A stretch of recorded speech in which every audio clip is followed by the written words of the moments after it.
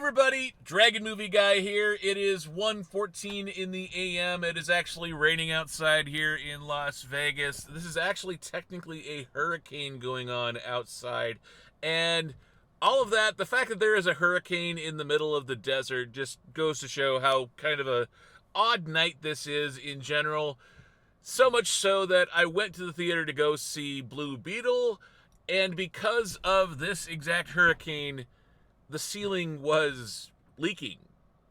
In Las Vegas, in the desert, the ceiling in the theater that was holding the Blue Beetle showing that I wanted to see was leaking, so I couldn't see it, and I actually had to go watch The Last Voyage of the Demeter. So this is my instant reaction to The Last Voyage of the Demeter, starring Corey Hawkins, Aisling Franciosi, and David Dastmalchian, who was in the Ant-Man movies. For being a film that is based off of a chapter in Bram Stoker's Dracula, and having nothing else other than just a journey on a ship from Romania to London, and that's it. That's basically the entire premise of the film. You know exactly what the finish of the film is at the very beginning of the film, and yet somehow this is actually a good movie.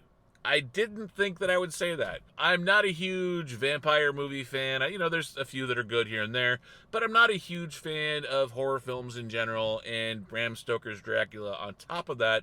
They're well done films, they're well constructed films, and I understand why people love those films, but they don't really speak to me in general. So for me to say that I was actually really surprised by how good The Last Voyage of the Demeter is actually does surprise me, almost as much as seeing a hurricane in the city of Las Vegas in the middle of the desert. The cast of this film is pretty good. We have Corey Hawkins is the lead actor, the lead character in this film. He plays an English doctor trying to get a ride back from Romania to London, and he just happens to get on the boat that's carrying Count Dracula to London. Aisling B plays a female stowaway.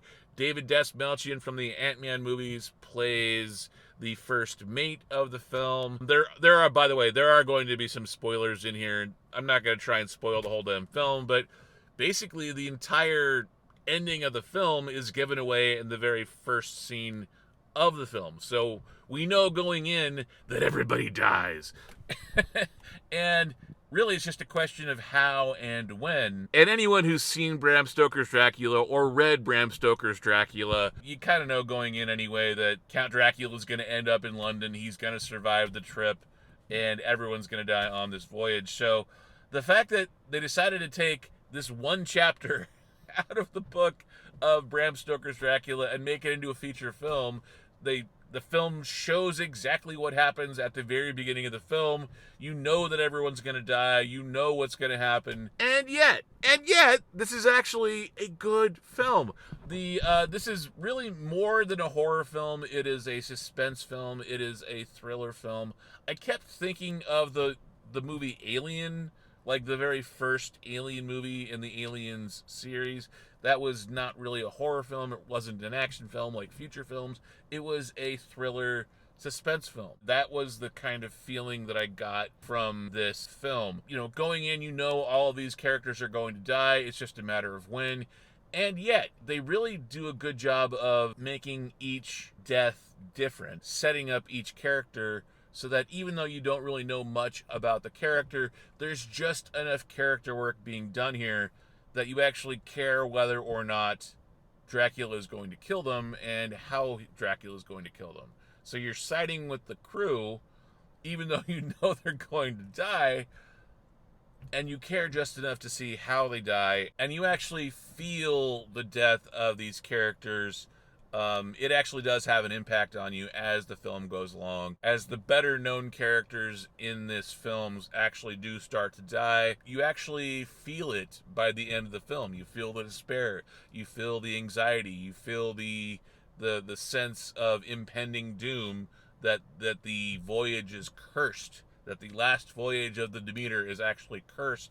And the fact that logic is trying to take over, the fact that they don't resign themselves to fate or to the inevitable doom of death to Dracula is actually well realized in this film. That's a tribute to good directing, to good acting, to good editing, but it's actually kind of surprising because there is no surprise that all these characters die, and the suspense and the story reveals and the character reveals are good enough, and the acting is well enough done that you actually care about these characters even though you know exactly what's going to happen. The cinematography is really well done, especially considering it could have been very claustrophobic because the whole film takes place in one relatively tiny boat. It's a wooden boat.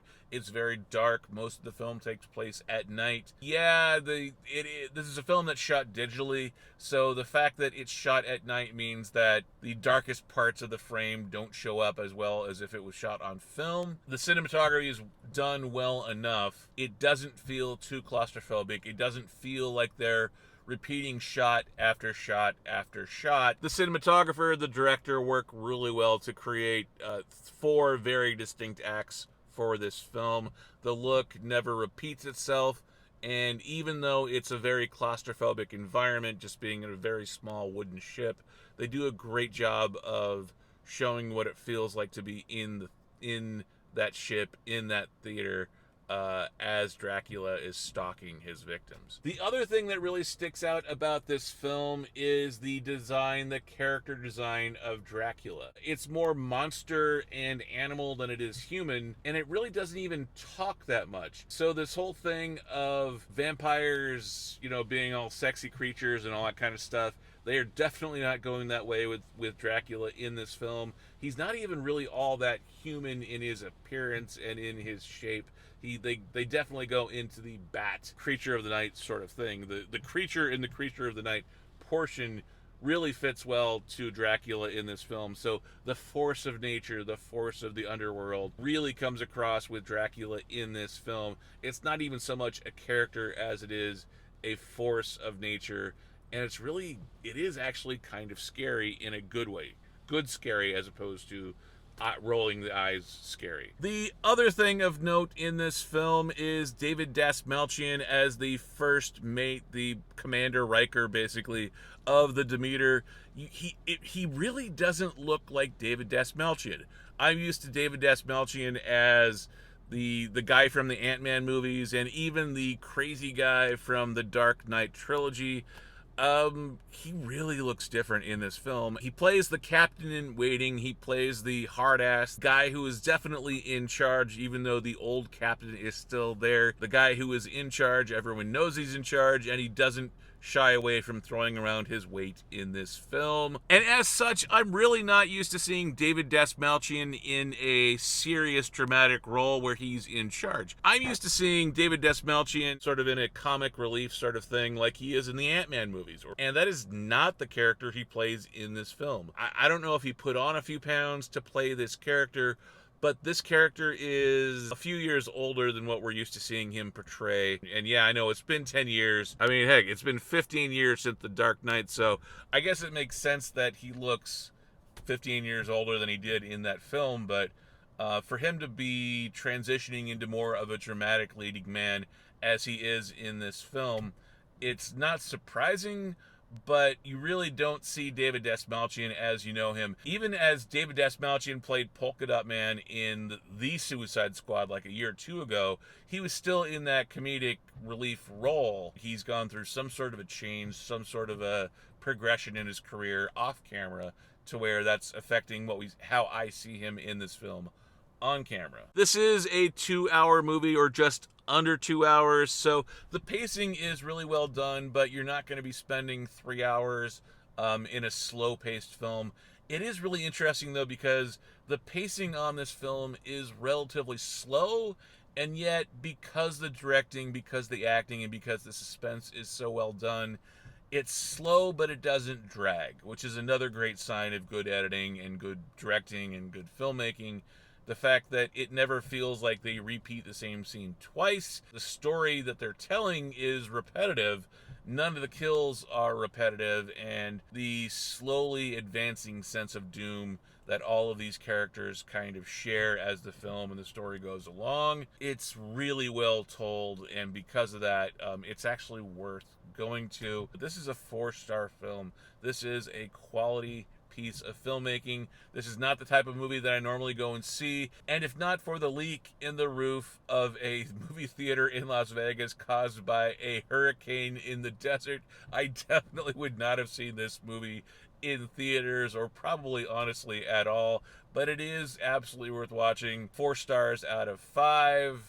Go check it out. There's nothing inherent that you really need to see this in theaters. This is still a film that has enough jump scares and creates that atmosphere of foreboding, of fear, and a really kind of cool and different Dracula design makes it absolutely worth watching. If you've liked this instant reaction to the last voyage of the Demeter, please be sure to click like and click subscribe so you find out whenever I post a video to my channel. And also, please leave a comment down in the comments section. Let me know, did you like the last voyage of the Demeter? And should I have been more excited about this film from the get-go, from the start? Should this not have been a pleasant surprise? Should I have been expecting this to be a good film from the get-go? Let me know in the comments section down below as well. I've been Dragon Movie Guy. Thank you guys for watching, and I will see you next time.